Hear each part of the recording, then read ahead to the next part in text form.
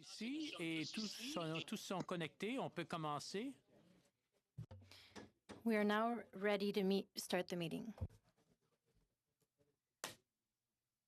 So we'll get started. I just want to, before starting, I want to welcome our new members. Mr. Richards, welcome, et Monsieur Deltel, bienvenue. And we'll go through the... Welcome, Mr. Deltel. Any changes to be made? Everything's good and acceptable? Tout est en place? Is everything acceptable? Item number 2, business arising from previous minutes. Is there anything that... Nothing coming Dominique, up from business? Okay, we'll continue. Est-ce que tu m'entends? And, Oui, Pablo. OK, peigne tes cheveux un peu. You should comb your hair. Dominic, I don't have as much hairspray as you do, so I can't comb my hair.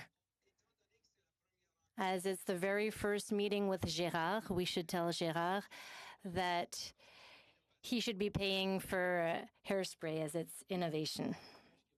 What a pity that he's not wearing his mask. That he was wearing his mask. So let's go on. I'm not talking about Gérard.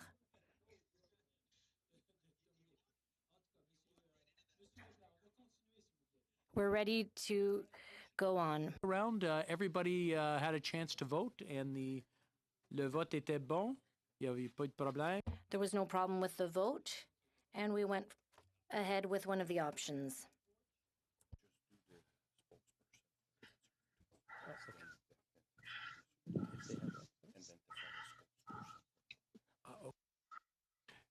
For the Conservatives, you have 2 new members. Mr. Richards, if I can get your attention for a second. For the Conservatives, if we have both 2 new people, do you have an official spokesman that you'd like to name? I think to replace Mr. Stroll. I think I've reluctantly agreed to be the spokesman. Okay, very good. Thank you. We'll take that as Mr. Richards will be the official spokesman for the Conservative Party. And now we'll have we're on to number 4. We have a presentation by Mr. Stanton from the working group on the center block. Mr. Stanton is joining us. Bonjour, Monsieur le Président. Good morning. I'm very pleased to be here. Good morning, dear colleagues.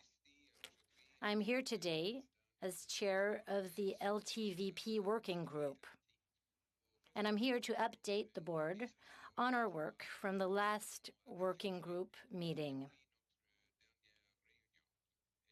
And I'm also here to seek endorsement of our recommendation regarding parliamentarian participation in the jury for the PSPC architectural competition for the redevelopment of Block 2.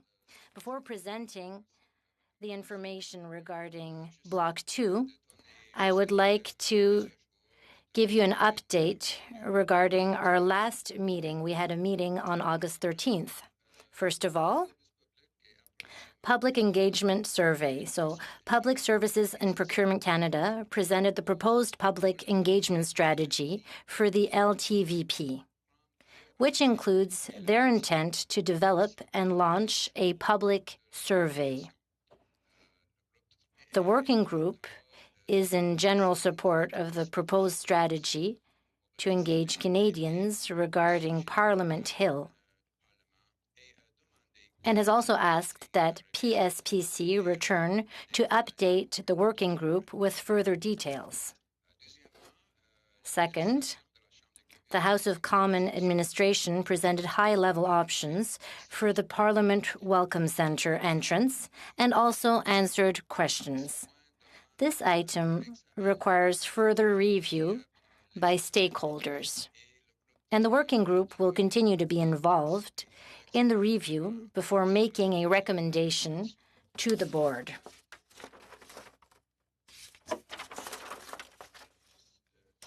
Channels here. The The third item that we dealt with, we heard from the House with respect to updates, some schematic designs, proposals for the chamber, lobbies, and galleries in center block.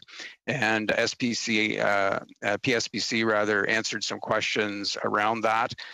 There will be further discussions on those items with regards to lobbies and galleries at our next meeting. And once we've had a chance to look at those a little further, we'll be back to the board with some recommendations and something more detailed for you to look at.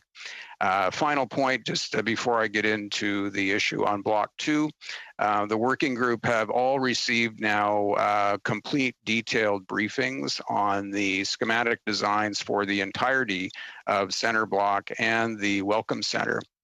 And we're looking forward to having a discussion, further discussions on how the parliamentary requirements fit into all that. So I would say after 2 meetings, I think we're making some great progress, and we're anticipating getting back together later this month. And after we see what comes from that, we'll have some further things for you to discuss. Now, on the only real issue that we need to hear from you today is this issue with respect to a design competition. So what's happening here is PSPC briefed the working group on their approach to procuring an architectural design consultant team for Block 2, the Block 2 new buildings, which will accommodate parliamentary space in the future. Now, you may not know where Block 2 is. We didn't either. So that's the space that's bound by Wellington, Sparks, Metcalfe, and O'Connor. So immediately across Wellington Street from Center Block. And currently in the planning phase for this Block 2, PSPC is proceeding with a competitive process. It's a major undertaking, and launching for that an architectural design competition. It's a competition that will allow them to choose a team that has the right kind of capability and appropriate for a project of this scale and significance. So they have also, PSPC has brought in the Royal Architectural Institute of Canada, RAIC, to oversee this competition process. And I'm sure their role will be greatly valued. And between them and PSPC, the Institute that is, and PSPC, they'll select an independent, qualified professional jury for this competition process. The jury, of course, will look at all of the proposals submitted. They'll come down to sort of a first, second, and third place proposal. And as part of that jury composition, we were invited. The working group was pitched on the idea of having parliamentarian participation in that jury process. We looked at several scenarios, 3 different scenarios as to how that might work. And after some discussion on it, it was agreed that the working group recommend to you that in relation to this whole process, that in fact the chair, myself in this case, of the working group be designated as a juror representing the House of Commons in that jury process. So that's really what we have in front of you today. The idea was to make sure we have continuity with the parliamentarian voices through the working group and into that process for Block 2. So I'm therefore seeking your approval that in relation to this design competition for Block 2, the chair of the working group be designated as the juror representing the House of Commons. Et juste, premièrement, je vous remercie. And I would really like to thank you, and I am now pleased to answer your questions, and I can give you more details if necessary. Thank you very much. Very well. I think that we do have a question for Mr. Stanton. Mr. Julian, I'm now starting a list of interveners, so please tell me if you have a question. Mr. Julian. Thank you very much, Mr. Stanton. Thank you for this report. And I must tell you that I do support the fact that the chair of the working group be designated to be part of the jury. It's very simple. Are there any updated budget figures around the overall projects. The impact of COVID, the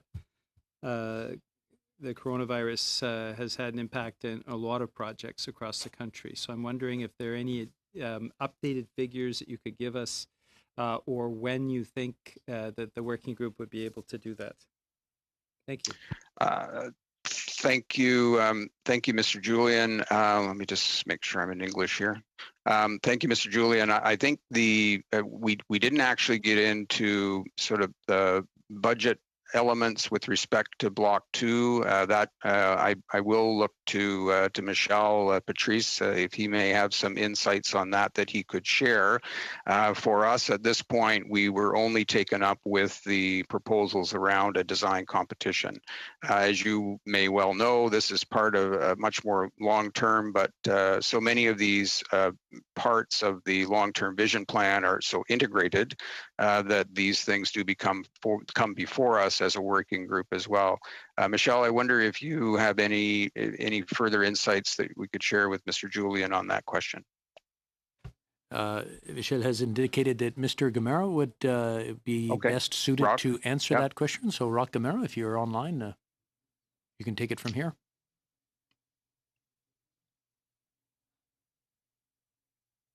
And it's Rob Wright here with PSPC, and maybe I'll jump additional information. But with regards to costing of the center block and the Parliament Welcome Center, what we have done so far is we've provided some cost estimates for different options around specific components, large components of the project. So if you remember back to the decisions around the chamber and different options around the chamber, we provided costing around different options for that, as well as different size options for the Parliament Welcome Center. As well. We've also on some specific options around elements that the Senate of Canada are considering around some potential infills in the East Courtyard, for example, different costing around that. So those elements are now coming together. And as we move forward through the various decisions, I'm sorry, Mr. Wright, would you kind of go back? I'm not sure if you muted yourself. It doesn't show that you're muted, but we lost your voice. I apologize. Are you able to hear me okay now? No. Very faintly. Okay. I'm not muted, but I'll, if I really speak up here, is that any better? It's still not loud enough. We can just barely hear your voice. I'm not sure what just happened there. Well, I could hand it over to. You're fine now. It's perfect. You can continue. Perfect. Back now. Okay, great. So we're coming at this in what I would call component parts as we're moving through the decisions and the options that are being put forward to Parliament. Those decisions, which are kind of big boulders and have a really material impact on the potential on the cost. The baseline cost for the center block and the Parliament Welcome Center. So as we proceed through those this fall, then we'll be able to come back with a baseline budget as well as a schedule. So that will set us up in a really good situation.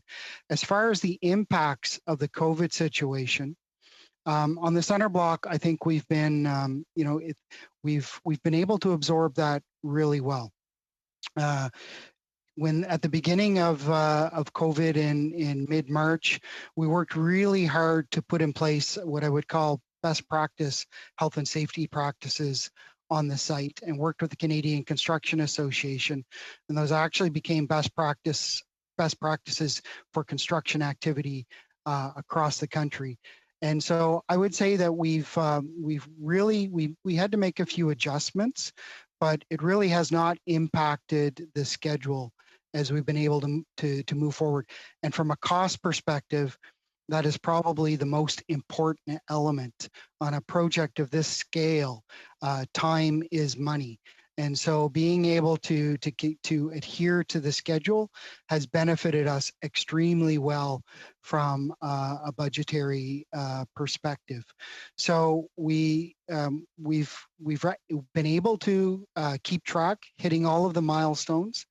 And as we continue to work with the working group and the Senate LTVP subcommittee on these major decisions that will be recommended back to the Board of Internal Economy, as well as to CEBA, that will position us to have a baseline budget and schedule. Very good. Excuse- Would you like just a follow-up on that, Mr. so Julian? Please? Can you give, when do you think you'll be able to bring that to the BOIE? So as soon as the board makes some of these final determinations on the options, then we will be able to come back with the budget.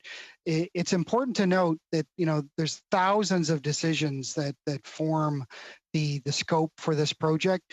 But if you even look at only a handful, they can swing the project price in hundreds of millions of dollars.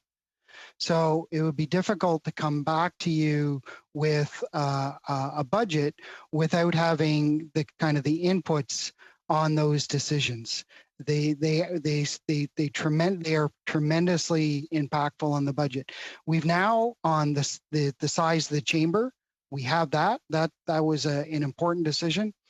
The size of the Parliament Welcome Center, we now have that. That was an extremely important decision. And as we work through, you know, there's probably another 10 to 15 critical decisions that will really allow us to have a base. There'll still be more decisions to come, but once we have those kind of big boulder decisions behind us, we'll be able to establish that baseline budget. Our hope would be is that we're able to move through that by the Christmas time period.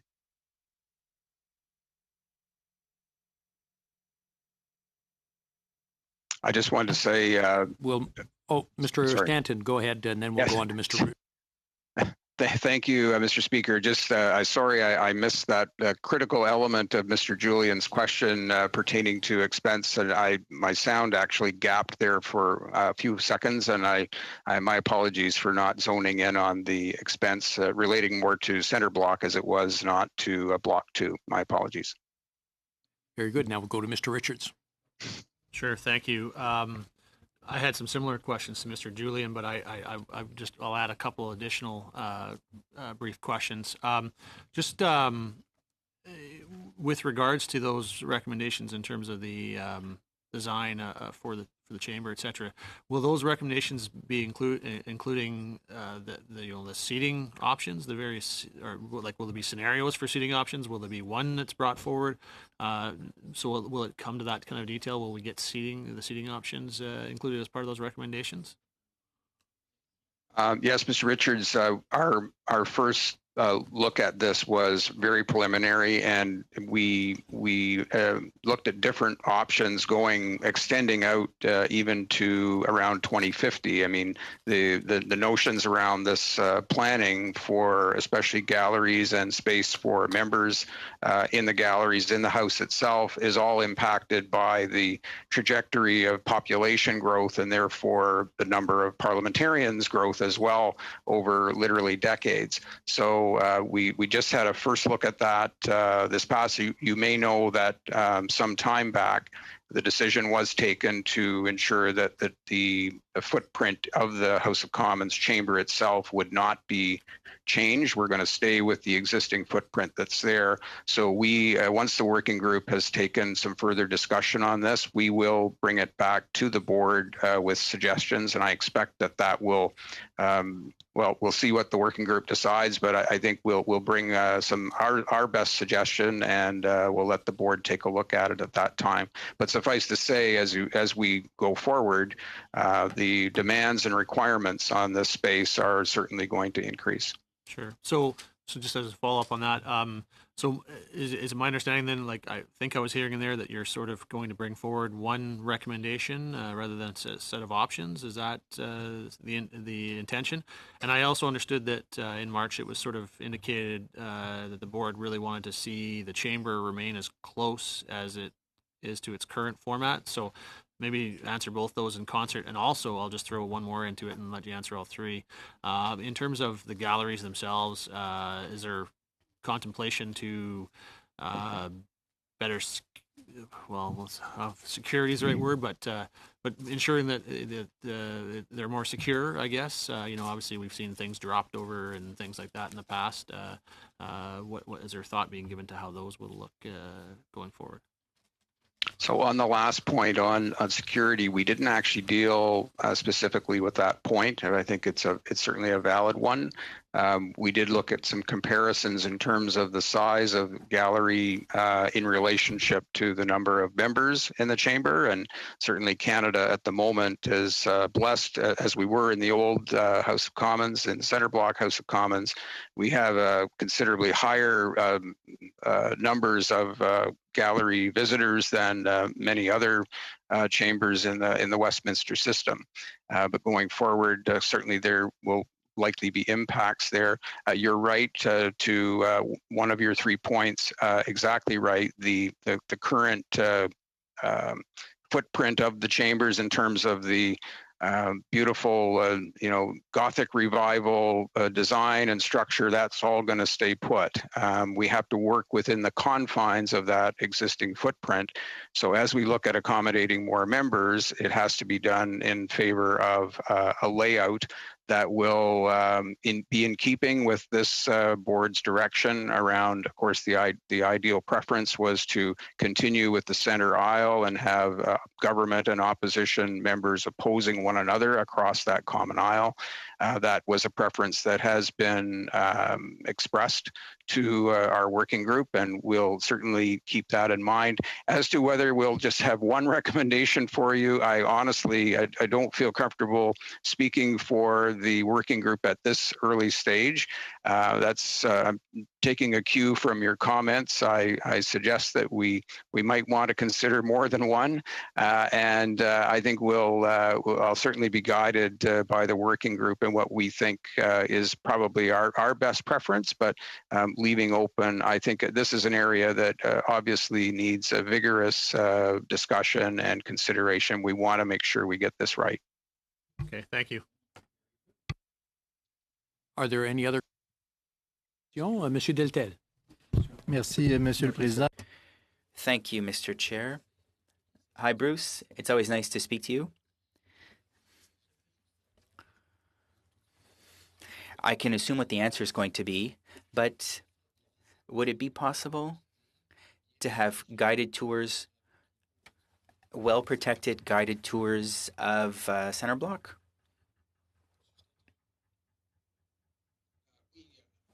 Mr. Stanton. Thank you, Mr. Deltel.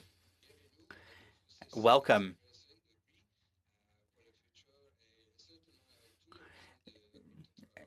All members of the working group participated in a tour of Centre Block.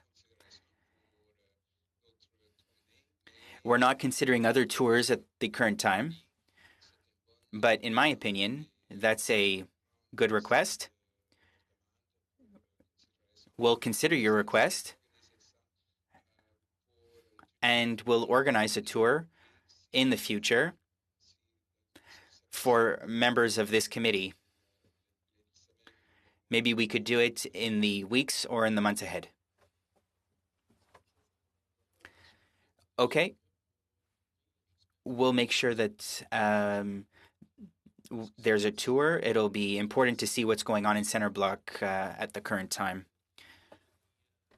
Mr. Stanton was seeking approval for the board in relation to the architectural design competition for Block 2 buildings. The chair, Mr. Stanton, of the working group, be designated as juror representing the House of Commons. Is everyone in favor of that? Good. It's unanimous. Very good. Congratulations or condolences, Mr. Stanton. I'm not sure, but I'm sure you'll do an excellent job. And now we'll move on to item number 5, Joint Interparliamentary Council, Assemblée parlementaire de la francophonie, 48e session annuelle à Montréal, qui va prendre. This is the Francophonie in Montreal. Now we're going to continue with Mr. Stanton. Over to you.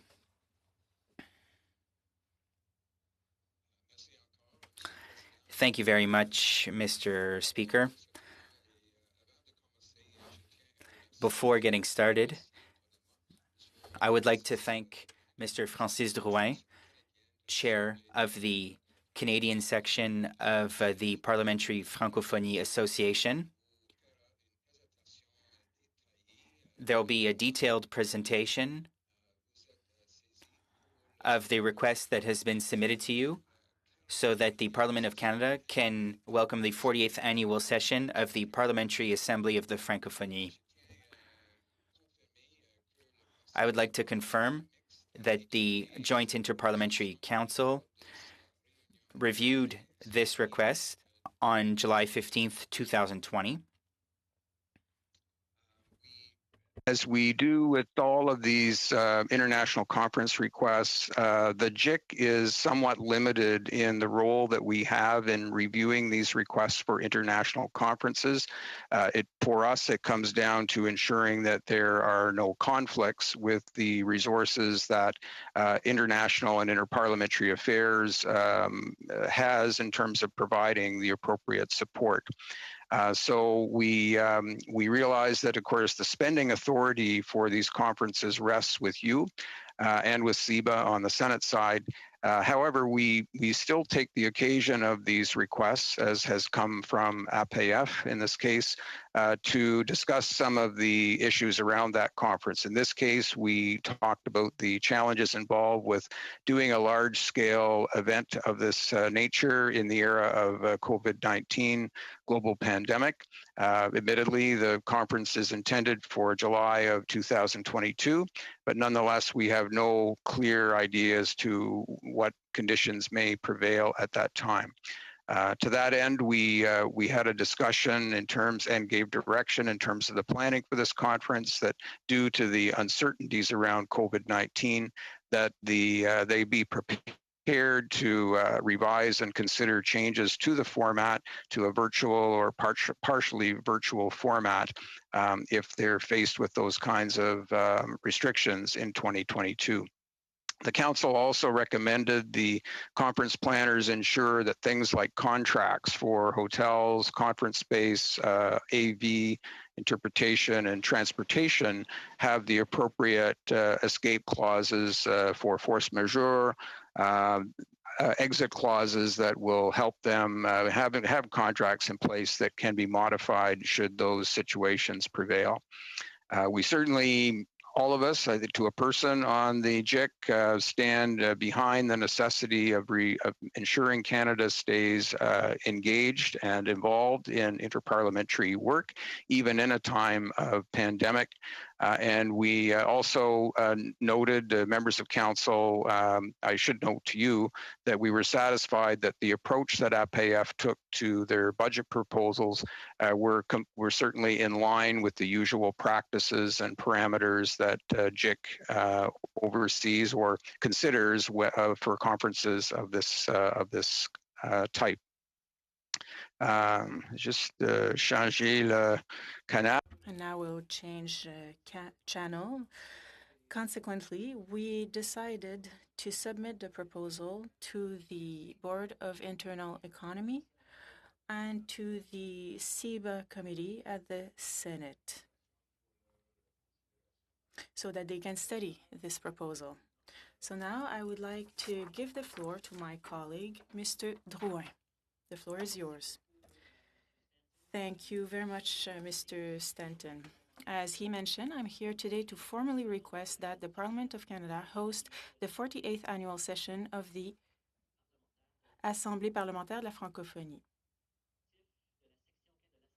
The Executive Committee of the Canadian branch of the Assembly, at its meeting on May 7th, adopted a motion recommending that this proposal be considered by the Joint Interparliamentary Council. As Mr. Stanton mentioned, on July 15th, the Joint Interparliamentary Council considered the proposal and recommended it for your consideration and for the consideration of the Senate Standing Committee on Internal Budget, Economy and Administration. If the BOIE and CIBA adopt this recommendation, it will be the third time that the Canadian branch has hosted the annual session in the past 25 years. The Canadian branch has hosted the annual session each time, typically on an 8-year rotation, that it has held the international presidency of the APF, which will be the case from July 2022 to July 2024. So it's not as if Canada said it was volunteering to host this annual session. No, it's just that there is this 8-year rotation. And Canada has to play its role in parliamentary diplomacy. The annual session of the APF attracts between 350 and 500 delegates each year and an opportunity for Canada to demonstrate its leading role within the Francophonie. Internationally, the Canadian section promotes our parliamentary expertise in all APF bodies and plays a leadership role there. International parliamentarians often use our expertise to carry out important projects and seek our support and contribution to seminars, debates, and training. In addition, the Canadian section occupies many crucial roles within the APF, namely the chair of the Committee on Parliamentary Affairs, as well as 5 rapporteur positions, which allow us to highlight Canadian priorities on important subjects, such as the cyber violence against women and children, cooperation on climate change, and the participation of young people in Parliament.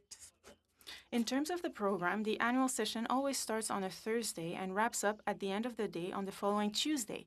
Consequently, the provisional dates which are being proposed are from July 7th to the 12th in 2022. The conference will consist of several elements. The meeting of the Bureau session of the APF, which includes meetings of the Women's Network of the APF and the Network of Young Parliamentarians. Meetings of the Commission, there are 4 commissions, the meeting of the Plenary Assembly, the program for accompanying persons, the ceremony for the awarding of l'Ordre de la Pléiade. The estimated budget before you has been reviewed and approved by the Canadian branch of the APF and by the Joint Interparliamentary Council. Every effort has been made to reduce costs, and every effort will be made going forward to protect the Parliament of Canada from risks associated with organizing events in the era of COVID-19. We are proposing that the funding be shared using the typical formula for such conferences, that being 70% for the House of Commons and 30% for the Senate, and that the House of Commons share for the 2022-2023 fiscal year be $767,905. If approved, this additional temporary funding request will be included in the main estimates for 2022-23. This assumes that there will be approximately 450 delegates and that temporary funding for the fiscal years of 2020 and 2021, which includes $19,564, and 2021-2022, that includes $124,671, would be absorbed from the anticipated budget surpluses of parliamentary associations. In conclusion, I would like to thank you for your consideration of this request and for your time today. Canada has historically played a leading role on the international stage, and the COVID-19 global pandemic has done nothing if not remind us of the interconnected world in which we live and the necessity of having good relations with our neighbors and allies. I am now prepared to answer any questions that you may have. And when it comes to the details regarding the budget, I will ask Mr. Jeremy Leblanc to answer your questions. We have a list. We will start with Mr. Rodriguez and Mr. Julian, but there's also Mr. Stanton. Mr. Stanton, do you have anything to add to what Mr. Drouin just said, or do you have a question? Excuse me. Mr. Stanton, I didn't hear your answer. My apologies, Mr. Chair. Yes, I am ready for questions. I can answer them, or Mr. Drouin can answer them. It all depends on the topic. Mr. Leblanc will also be helping us. Thank you. So we will start with Mr. Rodriguez and then Mr. Julian and then Mr. Deltel. Mr. Rodriguez. Thank you very much, Mr. Chair. Good morning, Francis. My first question, I'm just curious. So this time, this event will be held in Montreal, but the two other times, where was it? I can answer. In 2013, it was in Ottawa, and before that, yes, it was also in Ottawa. Okay, thank you. You said that we are in the middle of the COVID pandemic, so I understand that all the contracts that will be signed for this event will have a force majeure clause, which means that we'll be able to cancel everything without too much penalty. Is that right? Answer, yes. Okay. My last question now. If I look at the budget, so the third line, logistics, transportation, and accommodation. So in 2022, so you say $465,000 for transportation and accommodation. Does it mean that we will be paying for all of the delegates, or for delegates who will come from underdeveloped countries? How does it work? I can answer. When it comes to transportation and accommodation, we will not be paying for delegates coming from other countries. But here, we're talking about transportation for employees who will have to take part in the conference. And we're talking also about transportation for delegates that will have to go from the airport to the conference center and hotels. And we're also including audio, visual, and rooms that will be necessary for the conference. So this all falls under the logistics section. My other question, and can we help delegates who come from underdeveloped countries? Answer, no. Well, delegates do not have to pay a fee to take part in the conference. But when it comes to the trips, well, it will be the countries of the delegates that will be helping. Perhaps at the International Secretariat, there are funds that can help them, but it's not part of the budget we are presenting to you today. Okay, thank you. Mr. Julian. Thank you very much. This is a very important presentation. There are more and more francophones in the world. Therefore, it's important to keep these relations with countries where there are francophones. And we are a bilingual country. There are anglophones in our country. I know that next year there will be a conference for the Commonwealth countries. So I have two questions. First of all, are the two budgets similar? We're talking about $2.3 million for this conference. And in both cases, what will happen if COVID-19 is still around, if we have to cancel the event? What will be the financial consequences in both cases? Answer. I will start. I will answer to your first question. You were talking about the Commonwealth Conference that will be in Halifax next year. So the budget is similar. I think the budget you approved for that conference was $1.3 million, so it's quite similar to what we are showing to you today.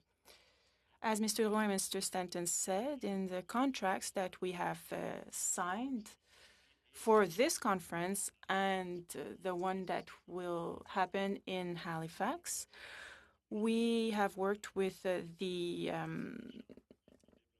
clerk's office at the House of Commons so that we can include a force majeure clause if we had to cancel the event because of COVID-19.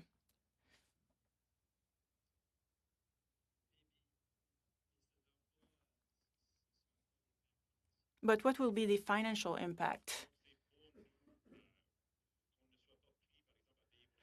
Well, we don't want to have to pay for hotel rooms that we will not be using. So if we have to cancel the conference, we want to have these clauses. So perhaps there could be a cancellation 60 days in advance or 90 days in advance. But we will be working with international secretariats to make sure that if we have to cancel the event or modify the event, we'll have to make sure that we will do that so that we don't have to pay penalties. Thank you, but you're not really answering my question. If we have to cancel in both cases, say in 6 months before, what are we talking about? $100,000, $1,500,000? Do you have an idea of the costs? If we have to cancel the event, even if it's 6 months before? I believe that the costs would not be linked to contracts, but they would be linked to human resources. So in the budget proposal, there is a request for employees who will be planning the conference. These people will have worked, will have been paid for their work, and therefore we will have paid them. But when it comes to contracts with hotels and so on, there shouldn't be any costs. Take the OSCE conference that was supposed to happen this summer in Vancouver, and that was canceled for obvious reasons. Well, the Parliament of Canada didn't have to pay any costs because of this cancellation. Perhaps it was $10,000, but that's it. Okay, thank you. Mr. Deltel now. Thank you very much, Mr. Chair. Thank you, Francis. I'm happy to see you this morning. I will ask my questions to Francis, first of all. I'm happy that you chose the City of Montreal to host this event. It's good.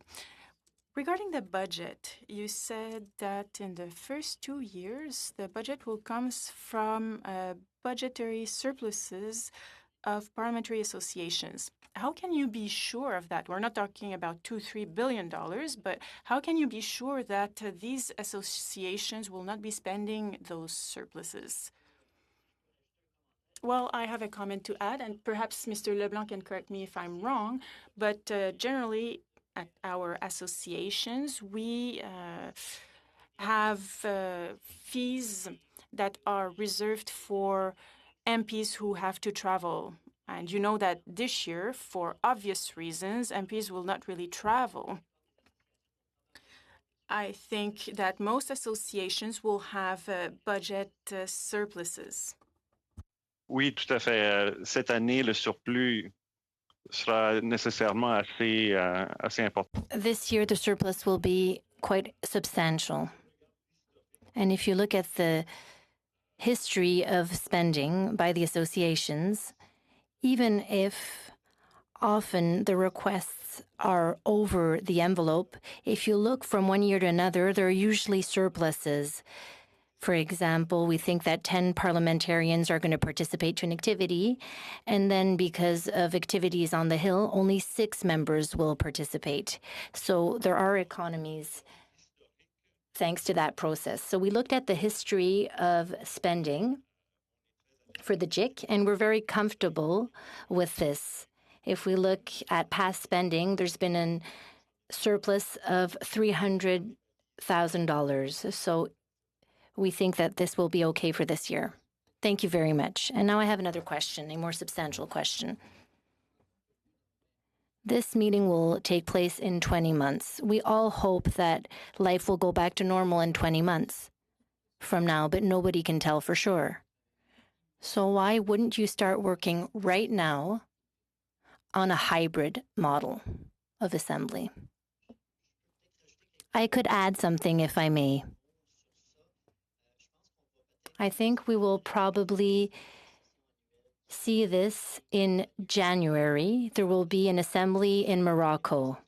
I can't talk on behalf of other associations, but regarding the APF, there are still decisions that will be taken to see if the meeting in Morocco will be a virtual or a hybrid or only virtual meeting. So this is going to be a bit of a pilot project with the APF. And no decision has been taken yet for the plenary session. We don't know where it will be held. So we're going to see how things go in January. And we've been working with the Bureau and the APF. But unfortunately, Mr. Deltel, things are still in suspense. They haven't been decided yet, and we cannot determine it for sure right now. But I can tell you that if it is not possible to do it in person, we will propose a virtual or a hybrid model.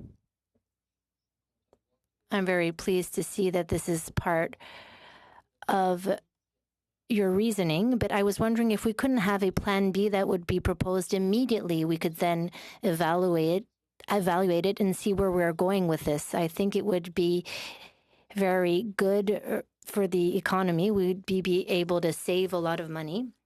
And as you said, some countries are not as privileged as our country. And I think that this would be something that we could work on straight away. If I may, I think I can reassure you.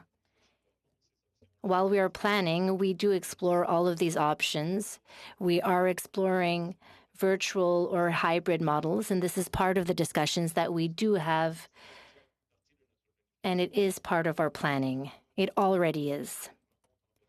We are asking for an in-person meeting because that is probably what will be most costly, so we want to be sure that if the meeting takes place in person, that the budget will be approved. But of course, if the meeting is a virtual meeting, it will not be as onerous or as expensive. Are there any other questions before proceeding?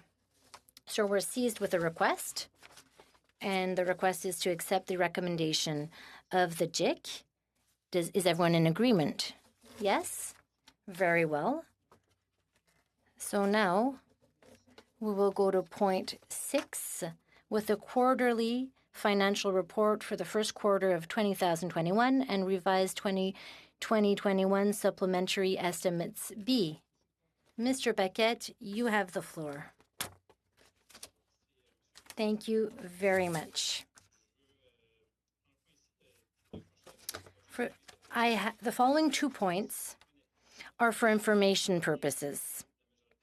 And as most of the financial trends in the quarterly report are influenced by the pandemic, I will present them together. It will make things clearer for questions. So to begin, I will first present the first quarterly financial report for 2020 and 2021, and I will inform you of the downward adjustment to the supplementary estimates B for fiscal year 2020-21. The quarterly report generally gives a good idea of spending trends from one year to the next. And in this case, we're comparing an election year to the COVID pandemic year. In both cases, they are not typical years. So the trends may not provide the usual understanding. Now, looking at the report, as of June 30th, the approved authorities for 2021 in the amount of $516.4 million appear to indicate a decrease of $4.4 million compared to the authorities of 2019-2020. But in fact, the board approved the carry-forward amount of $17.4 million last July, which was not reflected in the report as of June 30th. So if you look at the trends for the whole, there was an increase of $4.4 million for major investments, as well as $3.1 million for increases related to the cost of living. And there's also been an increase of $1.7 million for budget adjustments as a result of the general election. Expenses at June 30th, 2010 totaled $114 million compared to $121.7 million in 2019-20. So this is an increase of $7.4 million. Presented by type of cost. The most significant decrease in expenditures relates to the reduction of $6.6 million in transportation and telecommunication. This is due to the significant decrease in travel as a result of the pandemic.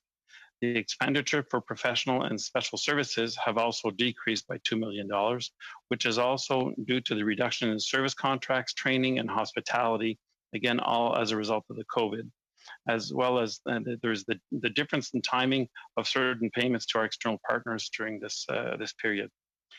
This increase were partially offset by the cost to accommodate the virtual House proceedings. In addition, the expenditures for materials and supplies has also decreased by $2 million. This is as a result of the temporary closures of the food service facilities and the printing facilities as a result of the pandemic. On the other hand, expenditures for computers and office equipment have increased by $1 million, or a little over $1 million. This is primarily due to the purchase of equipment to accommodate the virtual House proceedings and committees and to enable certain employees to work remotely during the COVID-19. Finally, the report provides a comparison between the utilization of authorities from one year to the next, and we see a slight decrease of 1.3%, which is not unusual given the current situation. It's also important to mention that that the administration promotes an efficient use of resources, and we continuously strive to minimize the request for incremental funding whenever possible. Given the current situation surrounding the COVID pandemic, we are closely monitoring and considering any financial impact when making funding decisions throughout the year.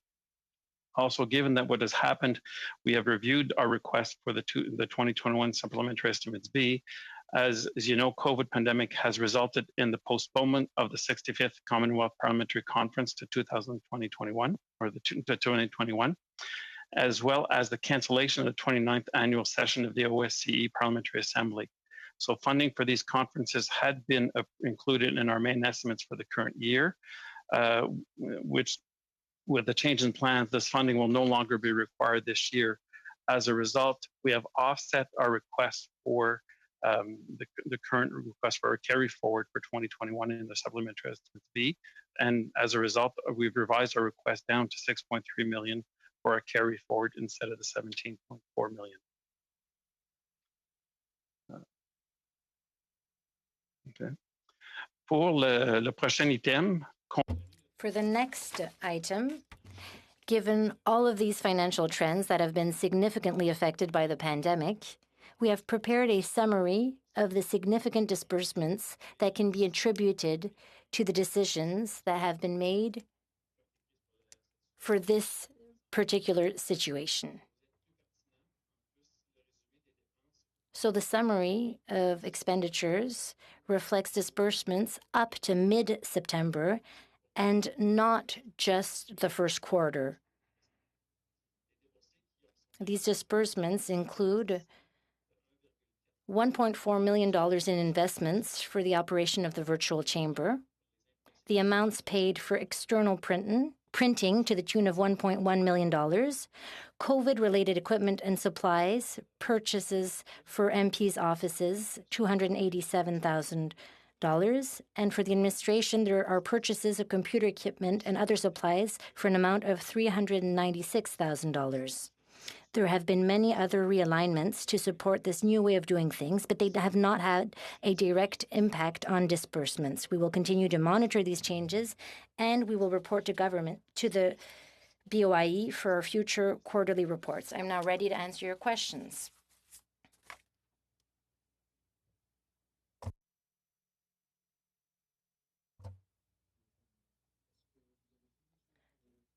Are you done, Mr. Paquette? Are there any questions?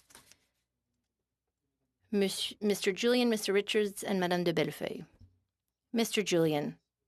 Thank you very much. Thank you, Mr. Paquette. I just wanted to compare apples with apples. There are $3.1 million in supplementary fees since December, but we've seen that there's been a decrease of certain amounts due to COVID, but we can still find them in the financial statements of June 30th. So if we talk about the money that we've been able to save since December 17th, and we compare this with supplementary costs, what was the impact of COVID on Parliament's budget? Right now, we're doing an analysis. We've just finished this last week with the second quarter. We'll come back in a few weeks with a more fulsome analysis. Right now, I can say that all of the tendencies show that we have saved more money than we have spent. But a lot of our savings are attributed to travel spending. And these are not funds that can be realigned in another manner or automatically. But if you look at the other amounts that have been voted, there have been we have seen that there have been surpluses. We've been using our existing resources to realign our new way of doing things during COVID. And my last question is the following. How many employees were fired or laid off since the beginning of the pandemic? How many employees have we lost? And I'm talking about employees that usually work full-time on the Hill. So how many employees have we lost since the pandemic? Unfortunately, I do not have the numbers with me right now. I'm sorry, I don't think we fired anyone due to COVID, but maybe Pierre can answer this question. Can you hear me? Hello, Mr. Julian.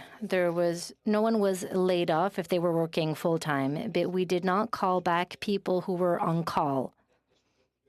So nobody who had a full-time job lost their job due to COVID, but I don't have any figures to give you right now. Could you please give us the figures at the next meeting?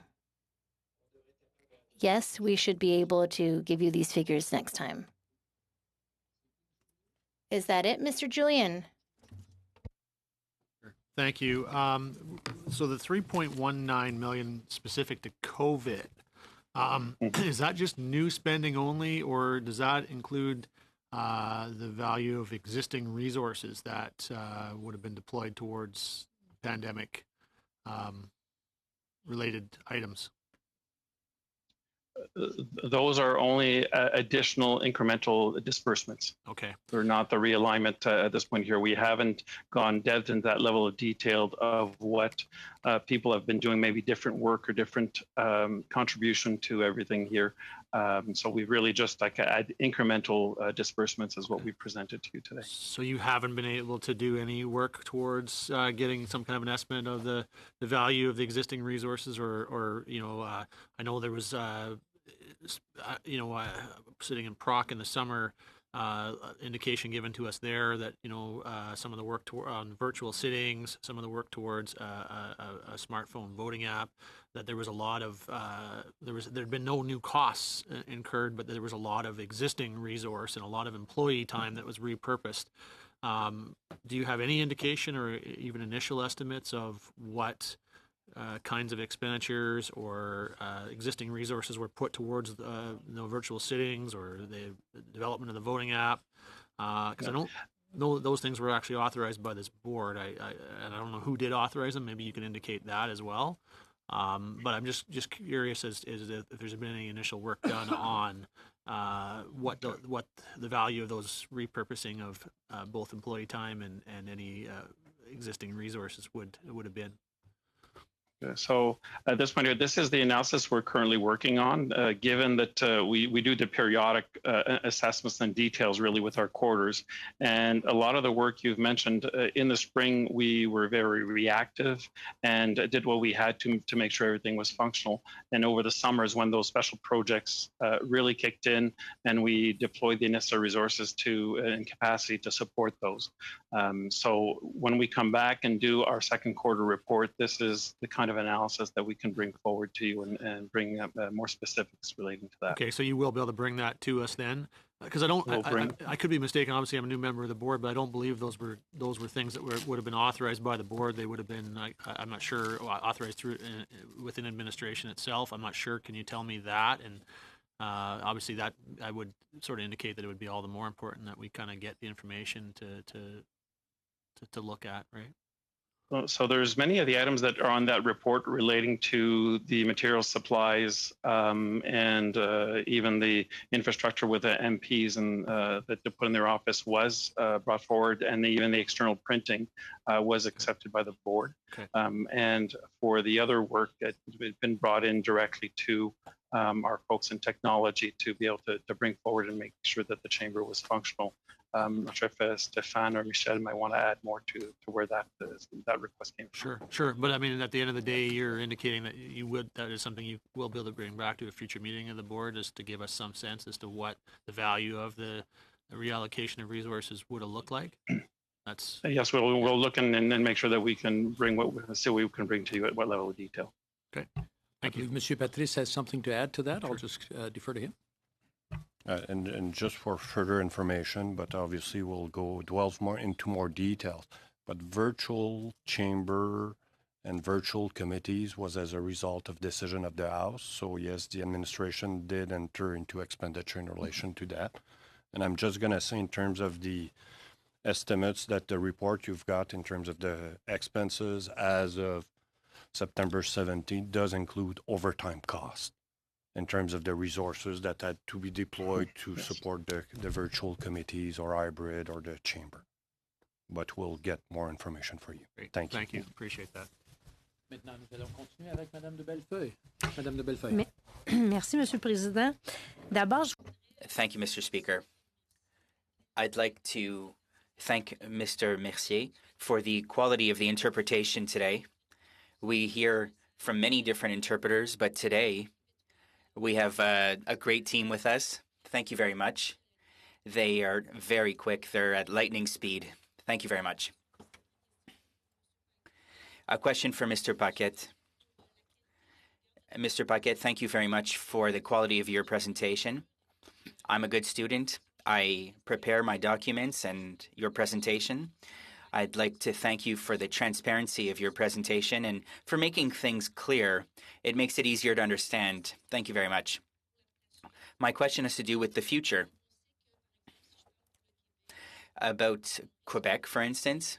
In Quebec, we'll probably be in the red zone between now and the weekend, and probably for several weeks, maybe several months.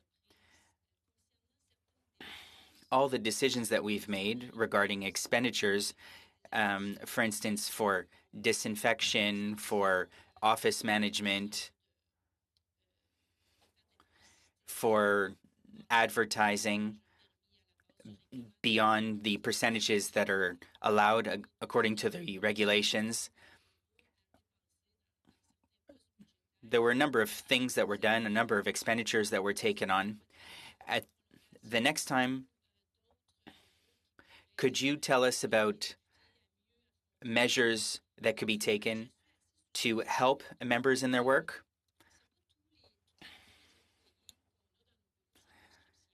We have employees in our writing offices that don't necessarily have the right furniture. They don't have ergonomic chairs that would enable them to do their work in keeping with health and safety regulations.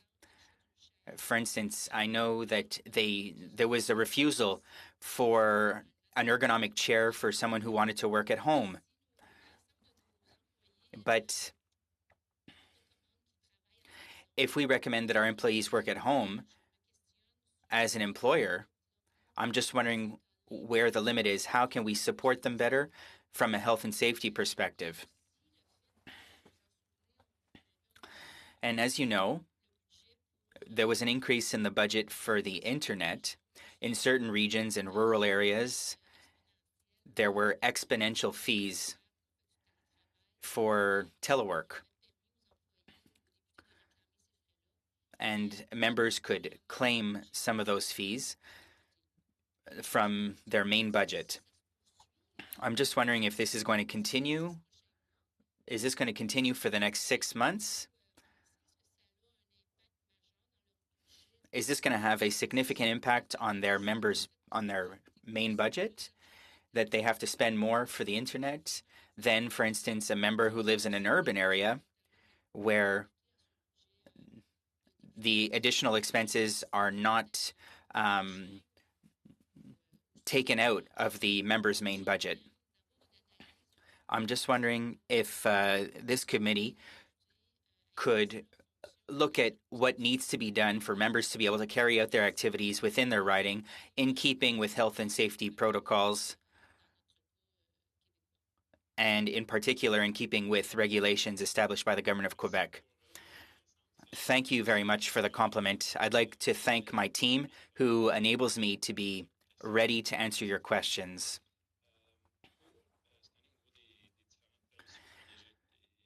With respect to the permissions that were granted, yes, we do follow-ups. We're going to look at the second quarter and look at whether we need additional permissions to be granted. We also looked at central funds as opposed to members' budgets. And in our first estimation, when we did that work, their savings were enough for additional expenditures, but we have to continue to follow up and look at the reality for each of the MPs. I agree with you. The reality on the ground is different according to where the MP is located. So yeah, we can conduct that review and follow up.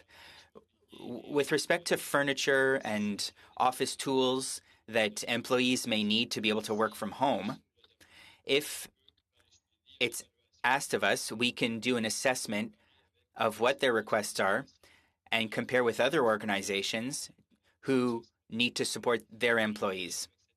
We can present the information at a future meeting, and that way you can look at different options. For the time being, we've been based on current regulations, but if the committee wishes, we can carry out an analysis of that nature and present you with a number of options. Mr. Speaker, if my colleagues aren't in disagreement, we could ask for that type of review, maybe not for the next meeting because it's a fairly comprehensive review that's needed, but I think the current report goes until March 31st, so maybe between now and Christmas. Okay, thank you very much. Mr. Rodriguez. Yeah, in follow-up to Mrs. de Bellefeuille, I'd just like to ensure that that review includes the modifications that were made as a result of COVID. And I'd like to know how long these things are going to last as long as we're in COVID times. Okay. The next meeting, maybe not the next meeting or the following meeting. Yeah, okay. We'll provide you with the information. Are there any other questions? OK. Alors, nous prenons note de ces dépenses. Okay, we're going to take note that these expenses decreased due to reduced travel by MPs, their employees, and House staff. We're going to move on to point 8. We're going to move to the in-camera session, and we'll take a 3-minute break, and we'll be back.